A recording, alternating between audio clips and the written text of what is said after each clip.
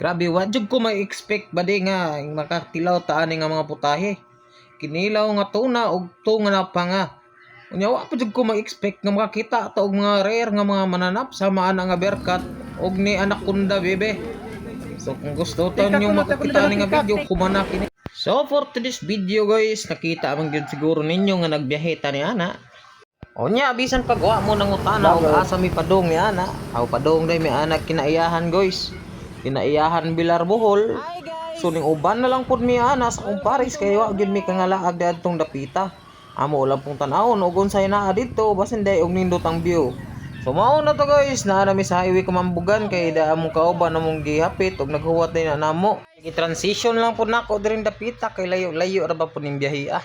Yung karon guys, naa na mi sa Carmen ngay mangaon sa.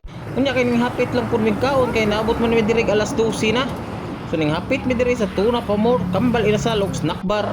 Nagwanan sa aim lawyer pawera padala. Wa madugay nang order nami kay perting pagkatuma na gyud. Nya ning ingon ng cashier diri goy nga.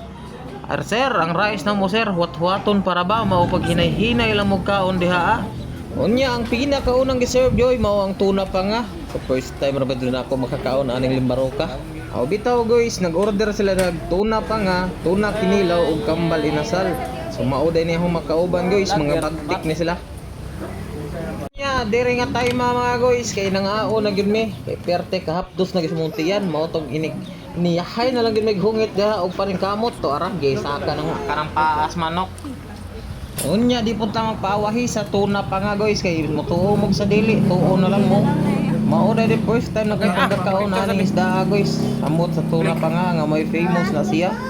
Unya inubanan pa gyud sa tuna kinilaw basta pite ang bahaw. Unya wala rid damha sa pagkaon mo diha. Ingani na day nahitabo sa among lamisa. Mura na siya giagian og bagyong Loylanda. Basta pagkagubuta. Unya diri na matapos ang part 1 sa amo ang laag adventures padong sa Bilar Bohol. Kay taas-taas naman po. Comment lang mo o ganahan mo sa part 2. Sumao day ni entrada. Thank you. Oh bitaw guys, pagkahuman gyud na mo kaon dira ana nin transition dayon ta. Diretso dayon ta sa kinaiyahan. Sa pagsud lang gyud ninyo da sa entrance sa kinaiyahan guys, makaingon jud ko kinaiyahan ni. Kay garabi ka green ang siniri nila dire. Honya diring dapita naabot na ta sa parking lot nila guys. Honya wa pud amhang ning dool day ni si Kuya Martel kay magpa-vlog pud kuno siya kay first time pud niya diring dapita. Honya ning apil pud si Ate Kasi og hagwa dito ni Gio kay para hukasan sa iyang jacket. Kay murag giigang nagitama ng bata.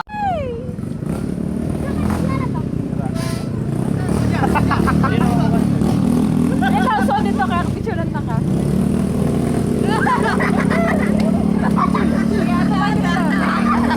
Hoy. Ba, mahal mo boy. Di ay, dito. Ha? Wopis. Nagdata kag pingwit day. Isamok. Sabi picture lang mo daha anak mo. Pingwit? Ay, sige. Aba, papadlugan mo. Cute. Cute.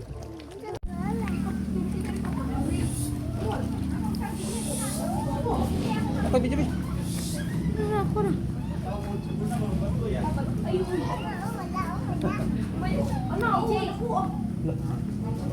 Trivia. Oh, trivia.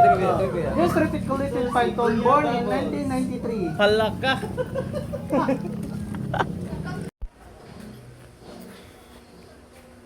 Ah.